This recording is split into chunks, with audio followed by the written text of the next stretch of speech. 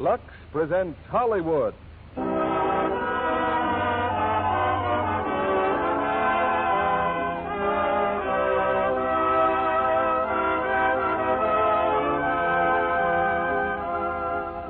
Lux Radio Theater brings you The Unguarded Hour, starring Robert Montgomery, Lorraine Day, and Roland Young. Ladies and gentlemen, your producer, Mr. Cecil B. DeMille.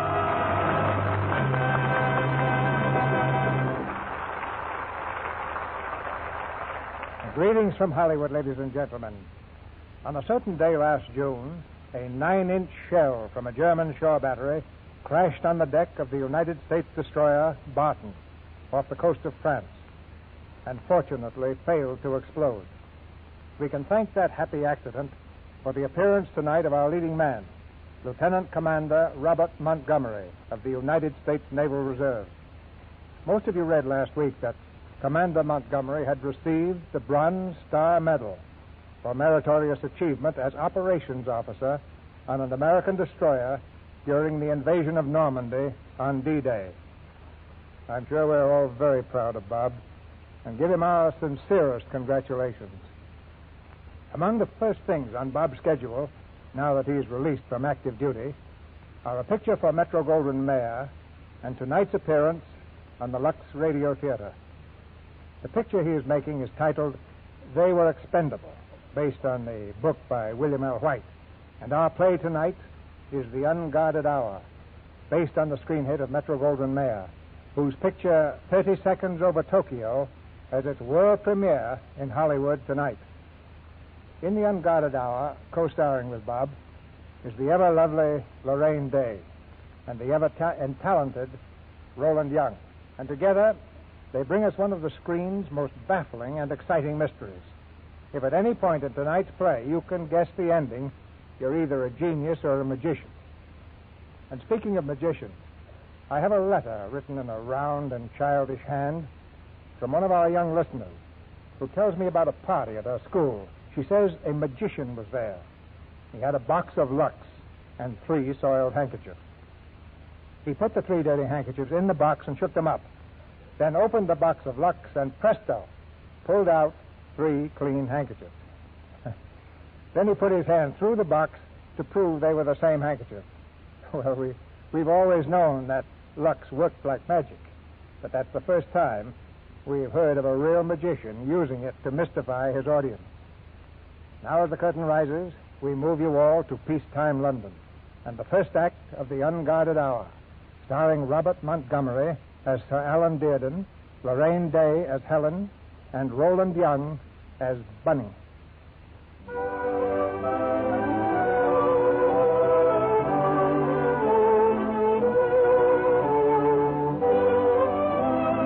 On a fine spring morning a few years ago, the singularly beautiful wife of a celebrated London barrister was trotting her horse along a fashionable Mayfair bridle path. As she turned down to one of the less frequented trails, a distinguished-looking young man suddenly appeared from behind a tree and called her by name. Good morning, Lady Dearden. Good morning. You don't remember me, do you? Well, I'm sure if you'll give me just a moment, I'll... No, Lady Dearden, you don't know me. You've never seen me before in your life. How could you know me? I'm a very wretched character. Perhaps wicked is the better adjective. Please, what is it you want? What are you trying to tell me? But it would be a shame if Sir Alan failed to receive his appointment. It's your husband's great ambition, is it not, to become Attorney General? A laudable and logical objective for so brilliant a man. I came here to tell you there's a chance he may not be appointed. No doubt you know what you're talking about, but if you don't mind, I'd rather not listen.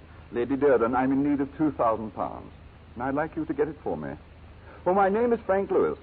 You see, I'm the husband of a woman so thoughtless that she saved some letters written to her by Sir Alan before he married you. My husband? Yes. My wife and I were separated at the time. She was using her maiden name, Diana Rogers. Even so, the letters provide ample basis for a most distasteful suit, if I have to bring it. Do you realize what you're saying? What makes you think I won't expose you? I have only one thing to lose, my lady, and that's my freedom. And what is freedom worth when you're stony broke as I? £2,000 is not a large sum. Not when it can mean the difference between your husband's appointment and a scandal. These letters, How do I know you really have them? Here, a sample, milady, selected at random. Keep it and compare the handwritings. Also note the salutations.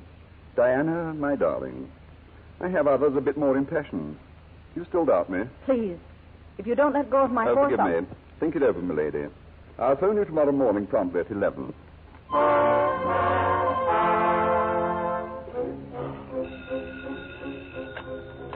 Hello?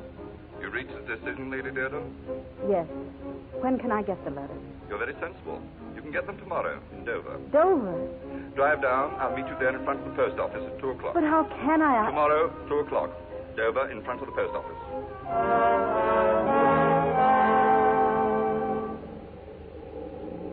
You're 5 minutes late, Lady Durden. Well, I got lost. It was you who insisted we meet in Dover. Park your car down there. Then take this bag and go across the street to the bank. But I have the money. 2 1,000-pound notes. You'll go to the bank, change the notes into 5 and 10s, then put the money in this bag. Oh, you're mystified? Completely. Just my suspicious nature. Don't stay more than 10 minutes in the bank. If you do, I'll think you're trying to mark the bills, and the deal will be off. And when I leave the bank? Listen carefully. Take the Sunset View Trail to the top of the Dover Cliffs. When you reach the summit, you'll see a large tree. And under the tree in a tobacco tin is a note with further instructions. Oh, I know this all sounds very penny dreadful novelish to you, but, well, that's the way I like it. Wait. There's something else I must know. Yes? My husband and I are leaving for a holiday tomorrow. The Riviera. And you're worried? Haven't I reason to be? Oh, I'm a blackguard, my lady. So I doubt exceedingly if you'll believe anything I tell you. Still, for what it's worth, you have my word. You'll never see nor hear of me again. Thank you.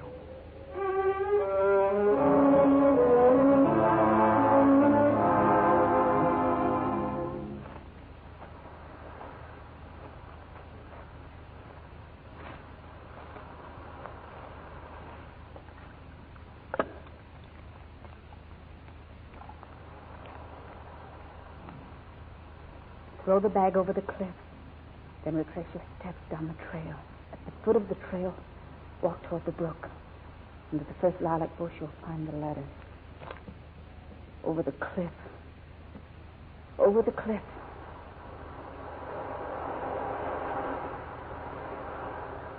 Retrace your steps down the trail. Retrace your steps.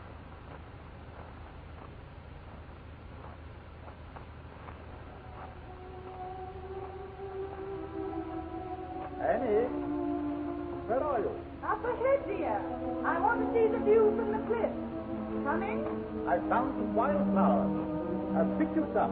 Good. Annie, Yes? don't go near the edge, dear. I'm all right. Oh, good afternoon, Miss. Oh,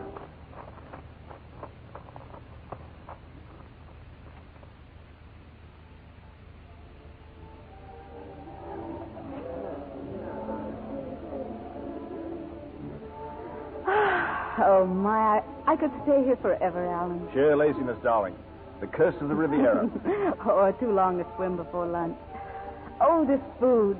Heavenly. You do feel better, don't you, Helen? What do you mean? I feel wonderful. You really had me worried, you know. Worried? What on earth about? Oh, I don't know. Before we left London, those last couple of days especially, you looked so tired, darling. I just had a feeling something was wrong. But what possibly could have been? Alan, look. Bunny! Well, it's Bunny. Bunny! Helen, been searching all over for you. Lunching at 2:30 in the afternoon. Shameful exhibition. Come along, Bunny, and sit down. I'm so glad to see you, Bunny. I know, darling, but don't let him see how delighted you are. I think he suspects us as it is. As a matter of fact, I didn't think you'd let us alone this long. I'm only staying for the weekend, and don't look so happy. Always thought I was your best friend. All the way here for a weekend? Bunny, that's nonsense. It isn't nonsense, darling. It's Bunny. Always doing things like this. Bunny, I like you. You're wonderful. Helen, I'm desperately in love with you, and I'd like a cup of coffee. Sit down. How's Eloise and your brand new nephew? Yes, and what's new in London? My sister Eloise is fine. The baby's fine. Oh, I almost forgot. For you, Alan, from Lord Hathaway. I promised to deliver it in person. Hathaway? Oh, thanks, Bunny. Feels like a brief. Darling, they wouldn't. Oh, they couldn't ask you to come back. Confidentially, I plotted the whole thing. Alan called back to London. I arrived. What could be more perfect? And how did you know I was going to be called back? What? Yes. Bailey's in the hospital. appendix. There's a case he was going to prosecute. Goes on trial next Wednesday. Bunny. Oh, but I didn't know, really. Oh, just me. Another bad joke. Oh, dear. Alan, you have to leave. Oh, I'm sorry, darling. I'll take the plane. I'll have only 4 days as it is. Alan, I'm terribly sorry. Well, really, Stop fidgeting, Bunny. Oh, was I? Well, there's one thing to be thankful for. Case looks interesting. Some fella pushed his wife off the Dover cliff. The Medford case. Let's see. Yes, Henry Medford. Papers are full of it back home. Old story. Mysterious missing witness. A woman. Medford claims she can save him. Says this woman passed by as he called a warning to his wife. Yes, he swears he cautioned his missus. Don't go near the edge, Annie. Sounds like a song, doesn't it? Don't go near the edge, Annie. When did this happen, Alan? Afternoon of May 14th. Day before we left.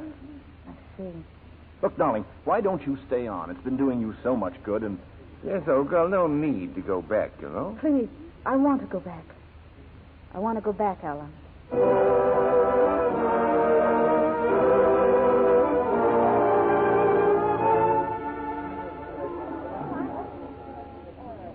The prosecutor for the Crown may continue. Sir Alan. Thank you, my lord. Now, Mr. Medford, a few minutes ago you admitted that you and your wife quarreled in the Dover Hotel just before you took a walk from which your wife never returned. Yes. We had a bit of a quarrel, but... What about? I can't answer that question.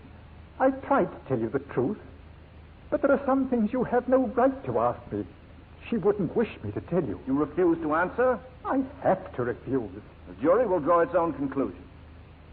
Mr. Medford, you also testified that shortly before coming to Dover, Mrs. Medford insured her life for £1,000. At your suggestion. I haven't denied that. She had a premonition that something might happen. She wanted some provision made for her mother. Her mother? Then why is it that you are the beneficiary? Well, her mother's quite old. She didn't want her to handle the money. She knew I'd take care of it. Oh, you would take care of her. And you still maintain that your wife's sudden fall from the cliffs was simply an accident? I do. I warned her against going near the edge. The woman who passed me must have heard me call to her. Ah, yes. That mysterious witness again. Suppose you describe her to the court. Describe her? What was the woman, tall or short, dark or fair? What was she wearing? I can't remember. I think she was wearing a dark brown suit. Yes, a dark brown suit. And her age? How old was she approximately? Well, it's hard to tell a woman's age nowadays. I can't accept that as an answer. But I don't remember. She passed by so quickly. I've told you everything I can about her. Everything you can about her? Are you aware, Mr. Medford, that England has been ringing with the story of this mysterious woman? Newspapers, the wireless, the police. They've all searched for her, yet she does not come forward. Why? Why won't she make herself known? I don't know why. Then let me tell you. It's impossible for her to appear, Mr. Medford, because this phantom witness of yours simply does not exist. My lord, I beg the court's indulgence. Counsel for the defense? My lord, it is obvious that my client is ill. We request an adjournment until tomorrow. Any objections, Sir Alan? None at all. Court stands adjourned.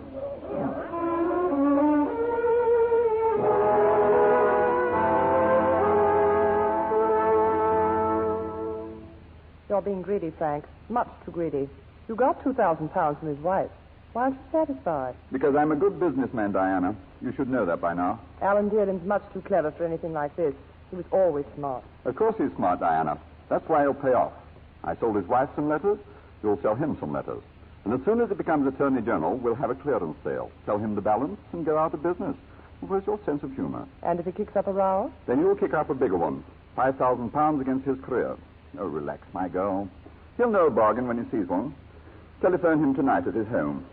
I'll think it over. You'll telephone him tonight at his home.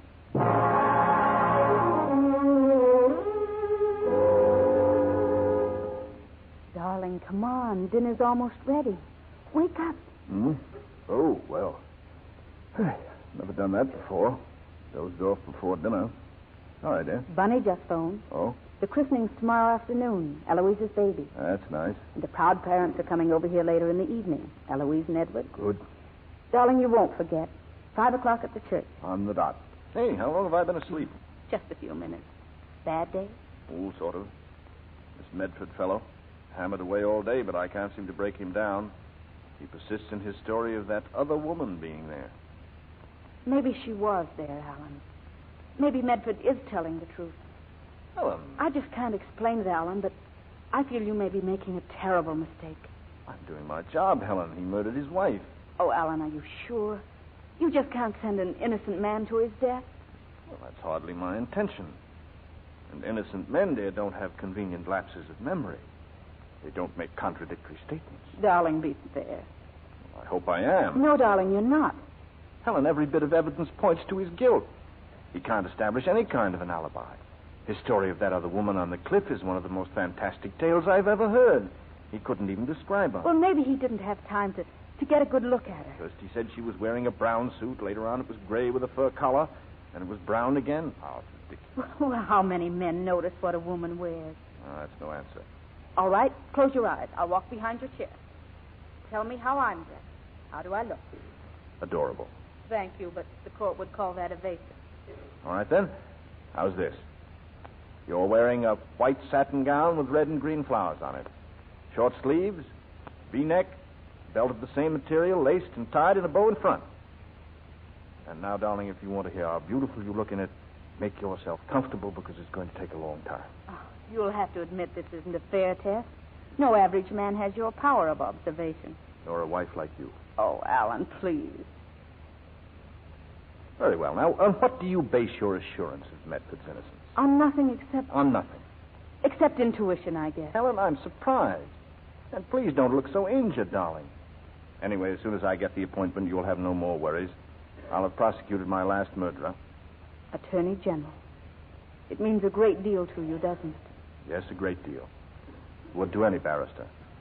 Once was everything I hoped for. Then I found something more important on the way, and I gathered that up, too. I'm a very lucky man, Helen. Do you wonder why I love you so much? You're always so patient with me, darling. Everything I do or say sounds so... So infinitely like you. How do you think I came to worship you? Because you're so pretty? Because you win large silver cups, jumping horses, or play good bridge? No, darling. You have what's called quality. It's kindness. It's generosity. It makes all the rest of us feel just a little shoddy.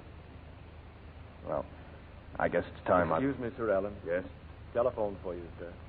I'll be right back, dear.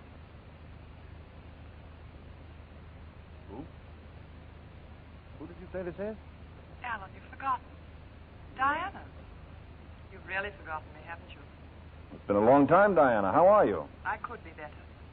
I need help, Alan. I want to see you tomorrow. Now, wait a minute. I can't say anything more on the telephone except that it's of great importance to you, Alan.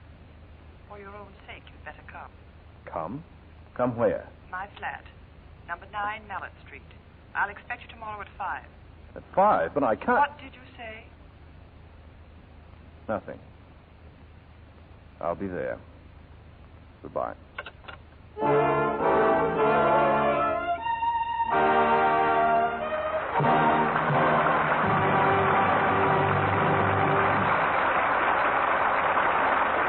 We'll be back in Act 2 of The Unguarded Hour in just a moment.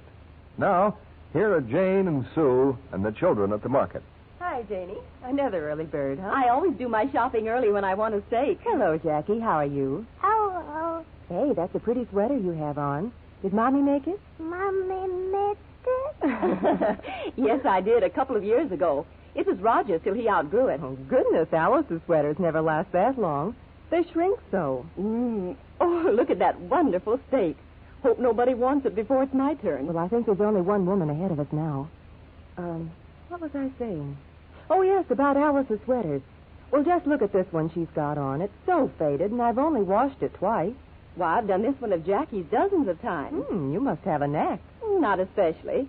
Of course, I always lux it and pin it to an outline so it keeps right to size while it's drying. Say, that's a good idea. And I just use lukewarm water and plenty of suds. All the directions are right on the Lux box. Well, I think I'll try Lux. Why don't you? Oh, say, we're next. Well, look, you go get your steak while I dash over there and get some Lux. Save my place, will you? Now, Mr. DeMille returns to the microphone. Act 2 of The Unguarded Hour, starring Robert Montgomery as Alan Dearden, Lorraine Day as Helen, and Roland Young as Bunny.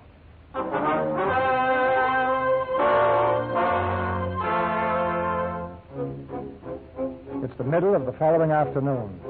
Responding to an urgent telephone call, Mr. Bunny Jeffers has hurried to the Dearden residence.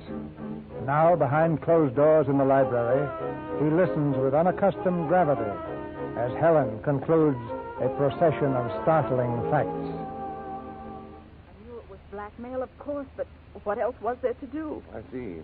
If you had turned this scoundrel Louis over to Alan, Alan would have had him arrested, the letters would have been made public, and goodbye to Alan's appointment. Now, if I keep silent, an innocent man will be hanged. I know it means Alan's career, but I just can't wait any longer. I've got to tell the truth, Bunny. Yes, you must. If there were only some way of saving Medford without ruining my husband. Help me, Bunny. You're a lawyer. I don't know whom else to turn to. Helen, dear, of course I'll help. We still have time. Now, give Uncle Bunny a nice little smile. That's it. Perk up, old girl. I'm counting on you to see me through that dreadful christening this afternoon. Please, Bunny, be careful what you say, won't you?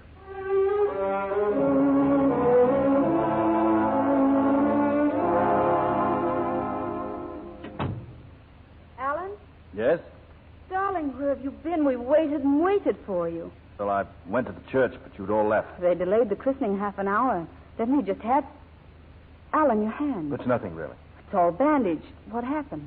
It was a nail. I scratched it on a nail in a taxi. I want to have a look at it right now. Later, Helen, please. About the christening, some rather urgent business came up. I was delayed all along the line. I'm terribly sorry. Eloise and Edward will understand, I'm sure. They'll be here tonight, you know. Oh?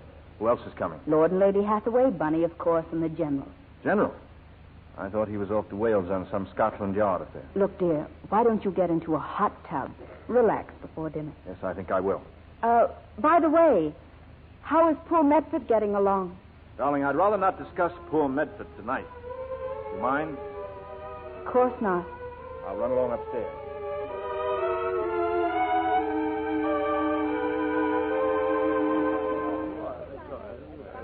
I know I've been inexcusably dull tonight, Lord Hathaway, but I still don't understand why you must leave so early. Doctor's orders, my boy. Bed by 10:30. Eloise, Edward, come along now. Oh, must you, all of you? Cheer up, Helen. I'm staying. So's the General.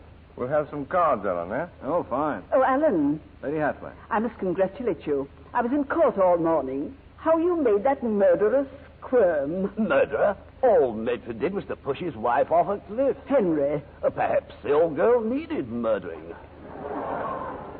Why people are so intent on hanging old Medford is beyond me. You're right, Bunny. I've told Alan as much myself. Give me 1 point, Bunny, in Medford's favor. Oh, go and get in the car, woman. First, there's the other woman. Surely you don't mean that phantom creature. I most assuredly do, Eloise. There may be such a woman. And there may be a Santa Claus. Why hasn't she appeared? Well, she may have gone abroad. Or she may have been in Dover under circumstances that made it impossible for her to testify. Oh, let's forget the whole miserable affair. Thank you, Lord Hathaway. Good night, Alan. Good night, Eloise. You sure you'll forgive me for this afternoon? Oh, of course. Oh, by the way, I saw you this afternoon on Mallet Street. Saw me? Mallet Street? On my way to church. Not I, Eloise. I wasn't near Mallet Street. Strange. I could have sworn it was you. Oh, well, good night, Helen, dear. Good night, all. Good night.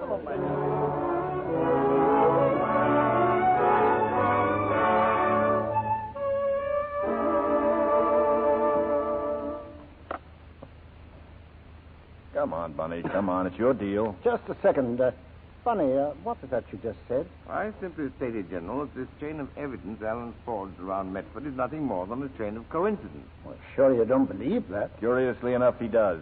Chances are Medford is as innocent as I am. At times, we all have an unguarded hour when we can't remember faces or dates or places.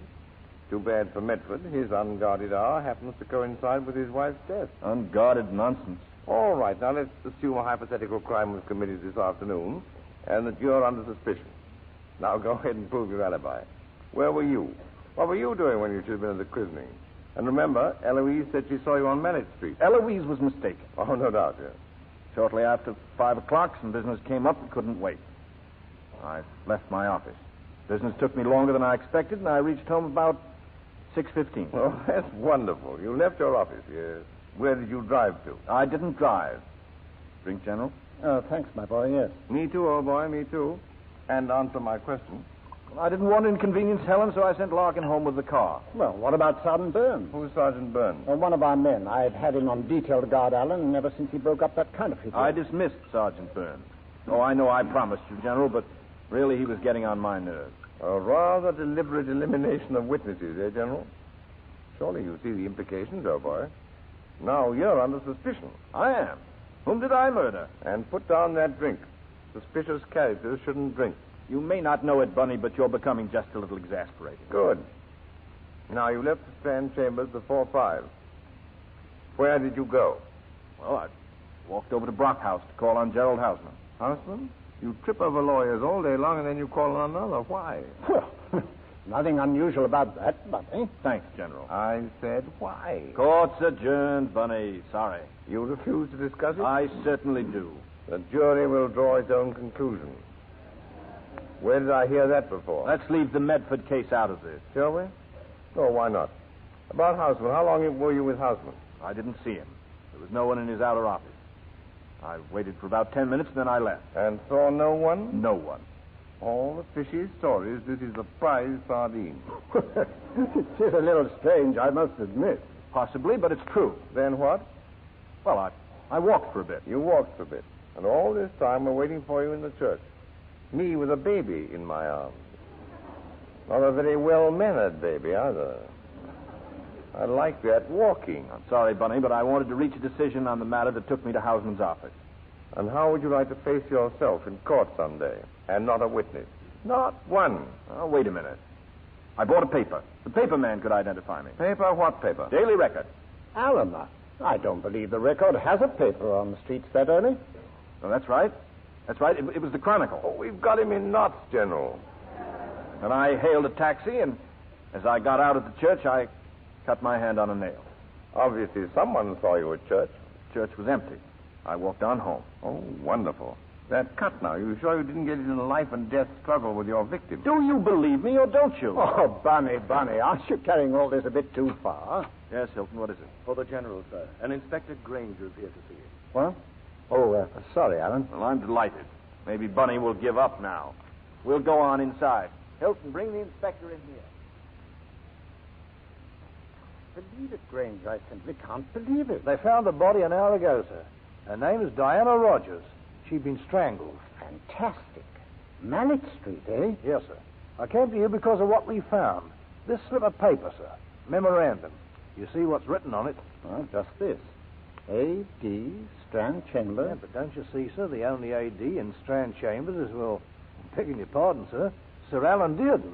Did you find anything else in the flat? There was that knife on the floor that I told you about and a copy of the Evening Chronicle, 6:30 edition. The men are still searching, sir. Get back there right away. See what else you can find and call me here in an hour.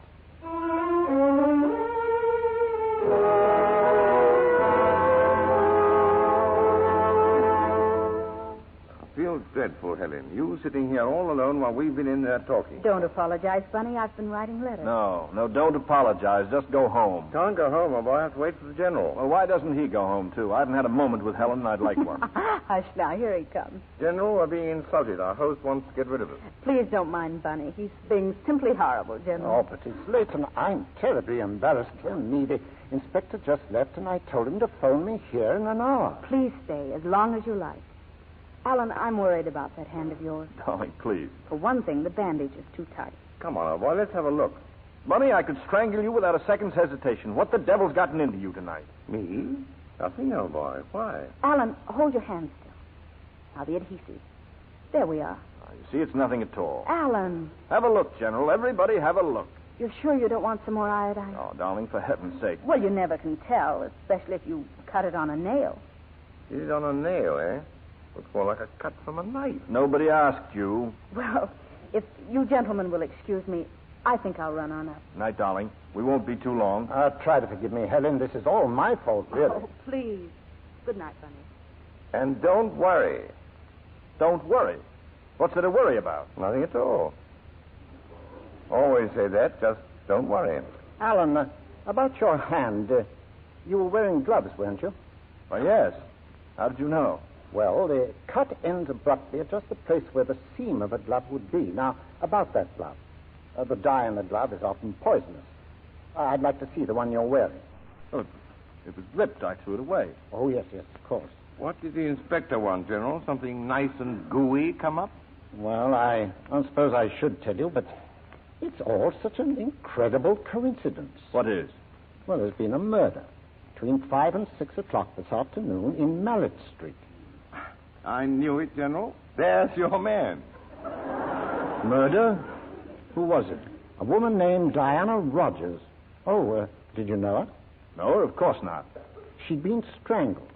They found a knife on the floor and a copy of the Evening Chronicle, the 6:30 edition. 6:30 edition? Oh, I don't believe it. Oh, now, see here, this is a joke. Alan, now, for heaven's sake, everything I said before, that was all This knife that was found is evident that she was trying to defend herself. There was blood on the blade. The inspector believes that the murderer will be found with a cut on his right hand. Oh, he does? Why the right hand? Well, because there were marks of a right hand on her throat. Also traces of blood, but no fingerprints. Whoever did it must have worn gloves. Look, mind if I open a window? No, not at all. Fresh drink, General? No, thanks. Yes, it is oppressive in here. Storm knocking about somewhere. Yes, I thought we were in for one. Like an oven in court today. You both of you, why don't you say what you think? 2 and 2 make 4, and I'm a murderer. Alan, I don't know what to say. It's not just a cut on your hand. There are other things, too. About my hand. Bunny was right, of course. It wasn't a nail. When I left Brockhouse, I was followed. Apparently one of that counterfeit gang you mentioned. He struck at me with a knife.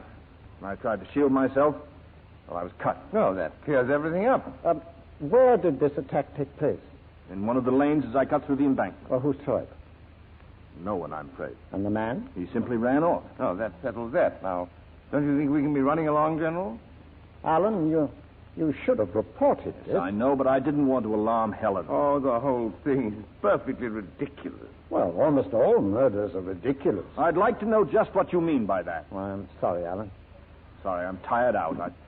I've been all day in a courtroom, and I don't want to be badgered with a string of questions. Where have I been? What have I done? What the devil does it matter? Alan, I'm talking as your friend. Go on. Now, what was the business that took you to Hausman's office? I'm sorry, but I certainly don't intend to go into that. That's probably for me. Do you mind? No, not at all. Hello? Lawrence speaking. This is Granger, sir. Go ahead. Well, we found something, sir. A bundle of letters written some years ago to the deceased by Sir Alan Dearden. Very good. I'll come to Mallet Street now. Wait for me. Yes, sir. Well, I think we can run along now, Bunny. General, I'm terribly sorry if I seemed a bit short. Oh, forget it, my boy. Good night. Come in, Bunny? In a minute. Alan, you must trust me. Will you please stop this? I remember that girl. You went with her when we were still at Cambridge. All I want to do is to help you. Help me? You've done a fine job of helping me, haven't you? You and your missing alibis. The newspaper, my cut hand. Eloise thinking she saw me in Mallet Street is like a nightmare. One thing following on top of another, all because you had to have your idiotic joke about alibis. But I tell you, I've explained everything, and I just won't listen to another word about it. Now get out. Get out.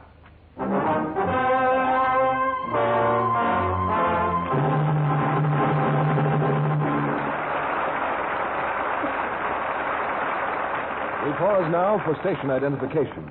This is CBS, the Columbia Broadcasting System.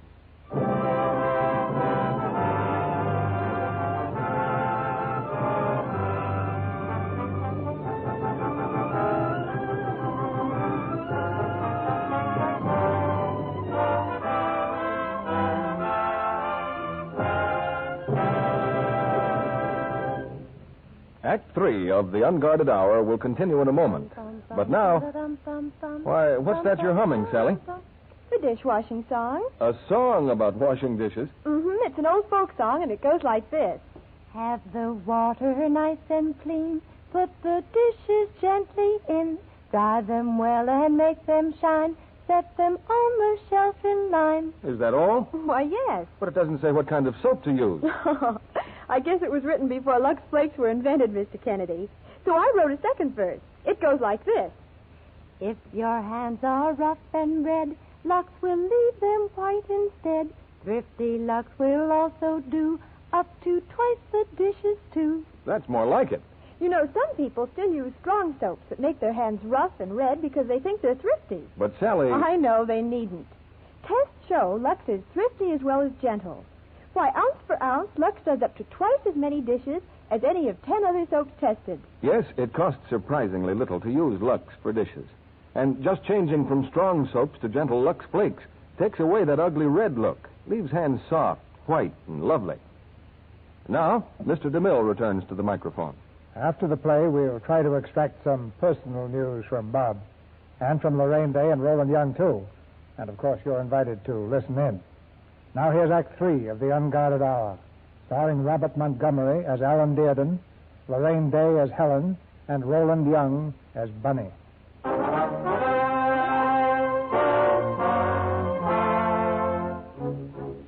hours have passed, and in the flat of the murdered woman, General Lawrence and Inspector Granger weigh the evidence that has mounted overwhelmingly against Sir Alan Dearden.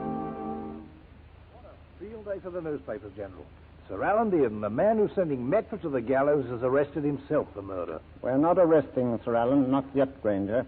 We couldn't wish for more evidence, sir. Men don't go around strangling women simply because they keep old love letters. There's not the slightest proof that this woman was blackmailing Sir Alan. Well, what do we do, sir? We wait. We wait till we've found a motive. That Medford case isn't over yet. Sir Alan will be in court in the morning, and so shall we. I received a telephone call today from the Dover Highland Bank. Sir? And I wouldn't be at all surprised if Medford's counsel introduces a new witness tomorrow morning, Lady Helen Dearden. Sir Alan's wife? Yes, and when they're through with her, I think we may have found our motive.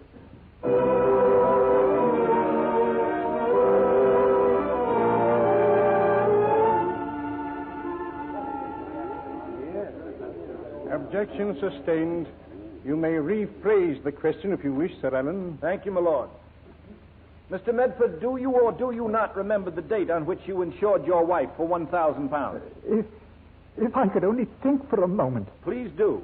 Take all the time you wish. You'll have to hurry, Mr. Medford. I think it was the 5th of March. Yes, the 5th of March. And you do have a memory, Mr. Medford. The 5th of March is correct. Your witness. No questions, my lord. Step down, Mr. Medford. My lord, I should like to call another witness at this time. Another witness? Who? She has just entered the courtroom. Lady Helen Dearden. My lord, Lady Dearden knows nothing whatever of this case. I beg to disagree. I think we shall learn that Lady Dearden knows a great deal. And at the moment, she is a witness. Bailiff, bring Lady Dearden forward and administer the oath.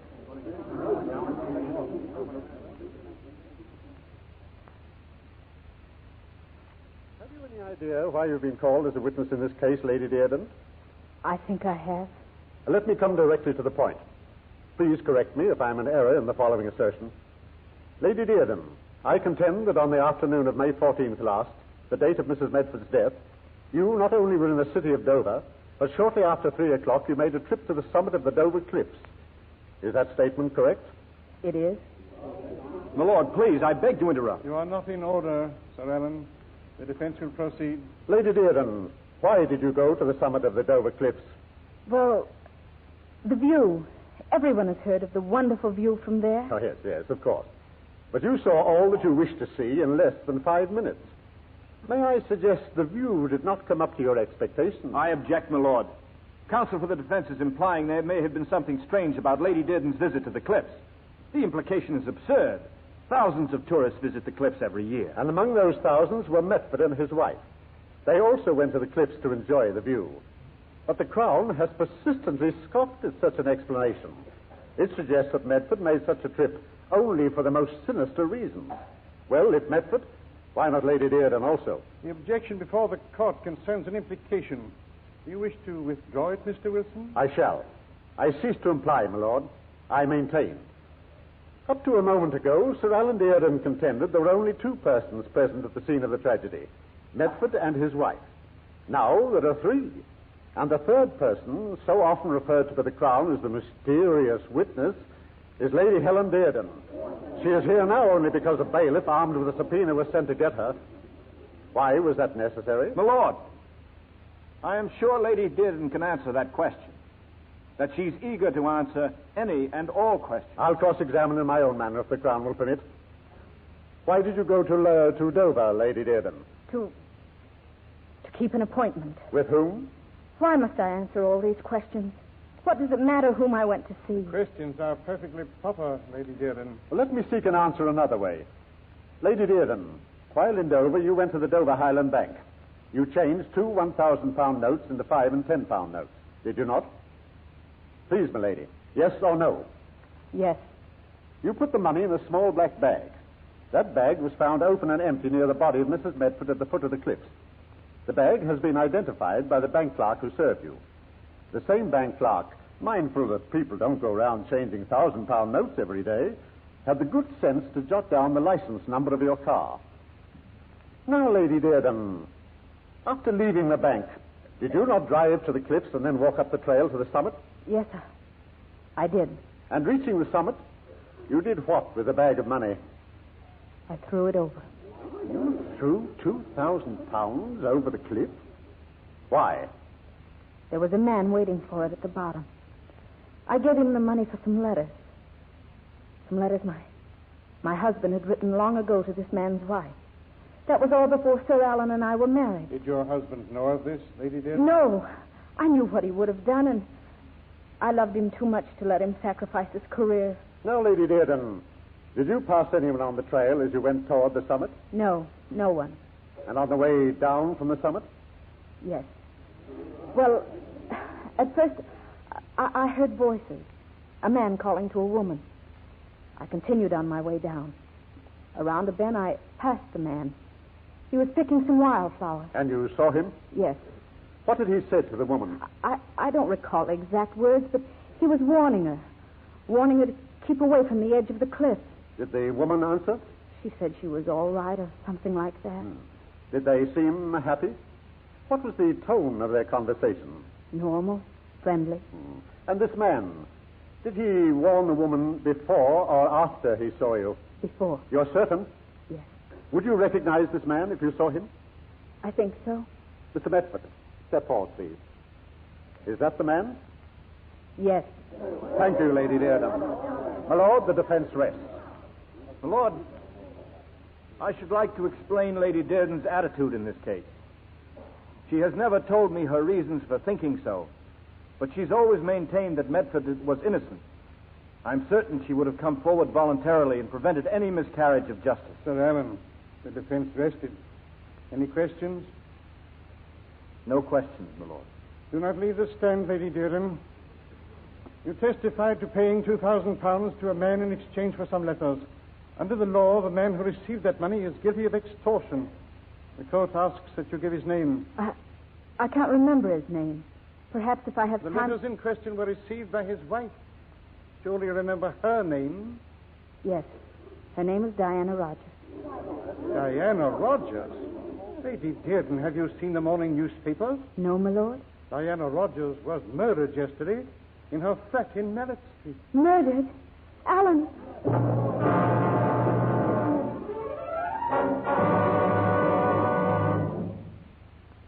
General. What have you done with them? They asked me for a few minutes alone. It's the least I could do for them. They're in that room there. You've arrested Alan? Well, what else could I do? We had the evidence last night. We had the motive 10 minutes ago. Wait a moment. They're coming out. Bunny, I'm glad you're here. Alan, Would you mind taking Helen home? Goodbye, dear. Alan. Oh, my darling. Come along, old girl. Come along. I'd like to make a statement, General. Please believe me, Alan. I'll do anything I possibly can to help you. I killed Diana Rogers.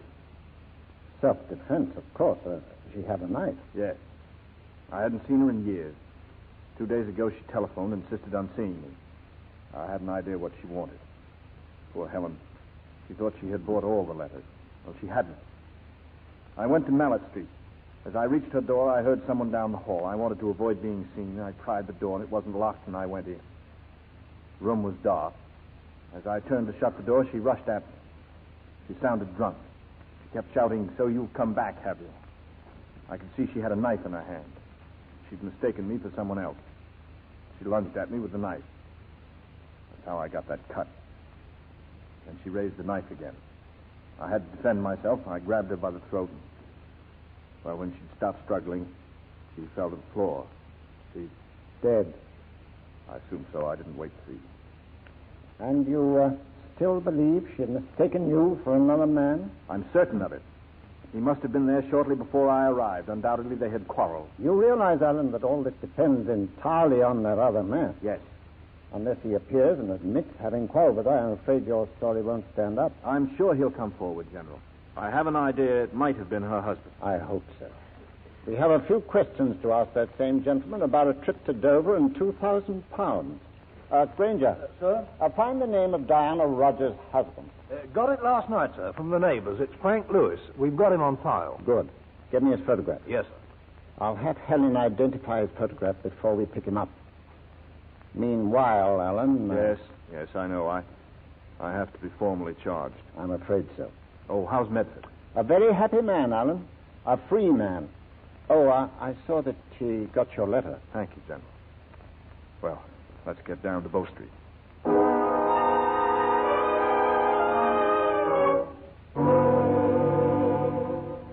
It was too important to wait, Helen. That's why I asked you to come back down here. May I see Alan? Well, of course. But I want you to look at this first.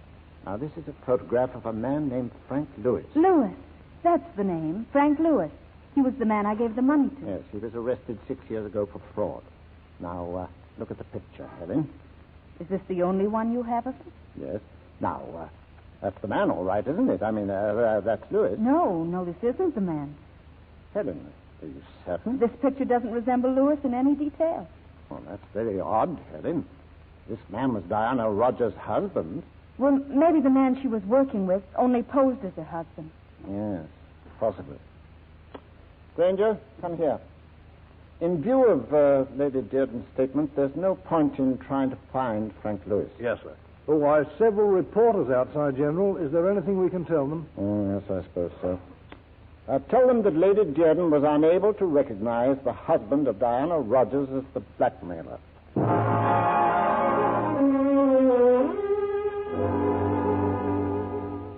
Come in, please, Mr. Lewis. You're not shocked to see me, Lady Dearden? No, I counted on hearing from you. I've been reading the newspapers. It was very decent of you not to identify me as the blackmailer. It wasn't the truth, you know. No, but you had a very good reason for not identifying me, didn't you? Since the police no longer want me for extortion, I'm now free to help Sir Ellen. Yes. You were the man who quarreled with Diana Rogers, weren't you? She was a very unsavory character, milady. You don't know how much your word can mean to us now. Milady, I never relish seeing an innocent man punished. Then you'll come with me and make a statement at Scotland Yard? Why, of course, that's why I'm here. Oh, before we go... Yes? I hope to travel extensively after Sir Alan has been released, and traveling is so costly. How much this time? £10,000. I have my heart set on a ranch in Canada. You'll get it. It may take me a day or two. You trust me? I have a very good reason to trust you, milady. You need me even more than I need you. Well, shall we visit the yard? So we picked up Bunny on the way and came right down here, General. Yeah. Now, Mr. Lewis. General? The man who blackmailed Lady Dearden, the man who used your name and posed as Miss Rogers' husband, you have an idea who he is? The way Lady Dearden described him, I assume he was this chap my wife became involved with after we'd separated. A chap name of Adams or Abbott. We're very grateful to you, Mr. Lewis, coming forward as you did. Oh, about Mr. Lewis's statement, General? Granger's having it typed out now. I sent for Alan, Helen. I thought he'd like to be here. Come in. The prisoner, General. Oh, darling. Alan. Alan, meet Mr. Lewis, Miss Rogers' husband. Well, it appears I can help you out of this mess, Sir Alan. Yes, so the inspector told me. Mr. Lewis's statement, General. Oh, yes, sir. I'll read this back to you, Mr. Lewis. On the afternoon in question, I called on my estranged wife to discuss a divorce. She was drinking and abusive. There was a violent quarrel. She ordered me out of her flat. As I opened the door, she grabbed a knife and screamed, "If you ever come back here, I'll kill you." I make this statement voluntarily in the interests of justice. Signed, Frank Lewis. Now, if you'll sign this, please. Here's a pen. Oh, You're not removing your glove? Oh, no need of that, old man. Just my signature, you know. Well, Alan, with this statement, your plea of self-defense is watertight. No jury in the land would convict you. And now, if you're done with me for the day, I'll say au revoir. I'm so grateful, Mr. Lewis. Not at all, my lady. I think the least I can do is to shake your hand, Mr. Lewis. It's quite all right. Sorry, did I hurt your hand? Oh, no, not at all. I'm sure I hurt your hand. Let me have a look at it. Aren't you being a little silly? Bunny, here. What the devil are you doing, Alan? Bunny, the glove. Take your hands off me. Hold him. Hold him, Alan. I'm getting it. Hang on to him, Bunny. Do you intend explaining this, or... Look at his hand. I cut my hand. What about it? You killed Diana Rogers, didn't you? I what? Alan, you confessed to killing her yourself. I'm afraid I told you rather a deliberate lie, General. We were sure, Helen and I, that Lewis had done it. The problem was finding him. We figured it out when you left us alone yesterday. I wasn't near Mallet Street that day. Oh, incidentally, Lewis is also the man who took the money from Helen. Helen? You'll understand now why I didn't identify the photograph, General. If I had, it would have been in the papers. Lewis would know we were looking for him, and we might never have found him. We'd have found him, all right. And what would you have found, General? Only a blackmailer, not a murderer. The evidence still remained all against me as far as Diana Rogers' death was concerned. My confession was in the papers. Lewis read it. His troubles were over, and he'd be free to earn another little sum by bolstering my plea of self-defense. What was his price this time, Dolly? £10,000. I still think I quote a very modest figure. Yes, when I read your confession, I was a trifle puzzled. Greatly relieved, though. I assumed I hadn't killed her, but you must have come after I left and finished the job. Funny. His hand. Let go a moment. And Alan, your right hand, please. Why, it's remarkable. 2 cuts almost identical. Almost. Except yours is shorter, Alan. Not nearly as vertical either. Yes. That thin streak of blood on Diana Rogers' throat. It was vertical. It couldn't have been made by your hand, Alan. But if Lewis got away, General, if I hadn't confessed, would you still swear it couldn't have been made by my hand? No, I don't think you would. Too much other evidence against me. Why, it's frightening. Yes, General. Frightening. Would you care to make a second statement, Mr. Lewis? Oh, why not? After all, she did come at me with a knife. I did what I could to defend myself. Granger, yes. Mr. Lewis has a statement to make. Too bad I can't retain you as counsel, Dearden. You think fast and take chances. Yes, I should say you do take chances, Alan. Now, what about that weird story you told us at your house? Yes, Houseman's office, the Evening Chronicle. I'm getting knifed by that fellow from the counterfeit ring. Everything I told you at my house was the truth. And the more I talked, the more difficult I knew it would be to prove a single statement. That didn't matter until Granger arrived with word of the murder. Then I knew that every sentence I spoke, and all of it the truth, led me a step closer to the gallows. Alan, I wish you'd get out of here. Really, you're making me terribly nervous. Nothing else I can do for you, General? Nothing. Oh, in case we should want you, where will you be? The Riviera, General. For about the next month, I should say. Good. Send me the bill. I was just thinking. You got into all this mess because you told the truth, and you get out of it because you tell a lie. That's right, Alan. I had no idea you could lie so beautifully. Well, if I may say so, Lady Dearden, you do very well yourself.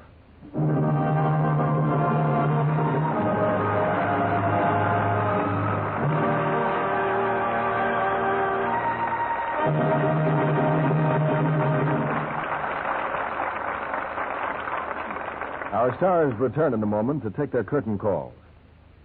You know the old saying that misfortunes often come in threes?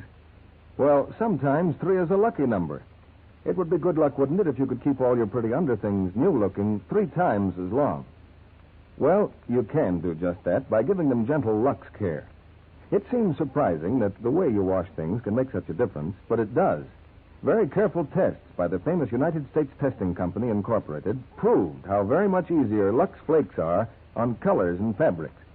A great many slips were washed repeatedly by wash day methods, handled roughly, using strong soap and hot water. Then, exactly the same kinds of slips were washed the Lux way. You should see how quickly the slips faded the wash day way, and how seams pulled, shoulder straps frayed. The Lux garments kept their color, looked lovely and nice as new even after 3 times as many washings. So every time you use those rich, gentle Lux suds for underthings and other nice things, too, you're being very thrifty. Now, back to Mr. DeMille and our stars. And now we're happy to welcome Bob Montgomery to our footlights after his 4 years in the service. And with him, Lorraine Day and Roland Young share their curtain call. You gave an excellent performance, all of you. Thank you, C.B. It's good to be back with all of you, C.B. Bob, they tell me it's pretty hard to get you to talk about yourself or your experiences in the service. Won't you change that rule on Lux tonight? What was the most exciting thing that happened to you? Well, the most vivid thing I remember didn't happen to me. It happened to a town. To a town? Yes. A little French village called Port-en-Bessin. The boys used to call it Port-en-Bessin. A town you visited on shore leave? Well, I visited it in a way, but not on shore leave. I saw it first at dawn on D-Day from the deck of a destroyer. Peaceful and homelike, picturesque. But we knew that surrounding it were Nazi batteries and military targets. We had to shell it. I thought at the time the French who lived there would never forgive us. We shelled that village for 2 days until the swastika came down and the French tricolor took its place. Then did you go ashore? No, but that day in scores of little fishing boats, the people sailed out to us, singing, calling their thanks, throwing flowers on the deck. They were the people you thought would never forgive you. I guess they knew your shells were bringing freedom with them, Bob. Well, I know for me that town is a sort of a symbol of this whole war, in which people are glad to face suffering and sacrifice and danger so long as they know these things can bring them freedom. And when I see people like that, I realize what a privilege it is for Americans here at home to be able to buy war bonds, not just buy them, load up on them. Yes, I can imagine that you appreciate the reasons for this war bond drive better than most of us. Well, from what I've seen of the men who are doing the fighting in this war, I know they don't question what we do back home. They just take it for granted that we're no stingier with our dollars than they are with their lives. That's what I mean when I say it's not just an opportunity, it's a privilege to buy those war bonds that will help give them the stuff to fight with and bring them home a little sooner. Well, you've given us something to think about, Bob. By the way, you know, Lorraine is wearing a uniform these days. Lorraine? Hey, in our next picture for Metro-Goldwyn-Mayer, she's a whack. What's the picture called? Well, it's not definite, but I think they're going to call it Thank You, Man. Oh, well, I look forward to seeing it, Lorraine. Right now, I'm looking forward to hearing what you have for Lux next Monday night, C.B. Well, you've probably seen the international RKO picture, Casanova Brown. I loved it. Well, next Monday night, we're bringing it to this stage with Gary Cooper, Thomas Mitchell, and Joan Bennett. You'll find Gary in more funny predicaments than a prune has wrinkles. We'll be listening. Good night, C.B. Good night, C.B. Good night. Good night. The Unguarded Hour was a very pleasant 60 minutes.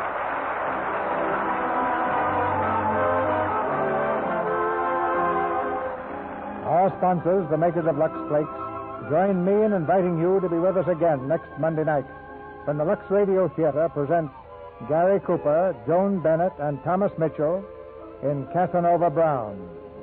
This is Cecil B. DeMille saying good night to you from Hollywood.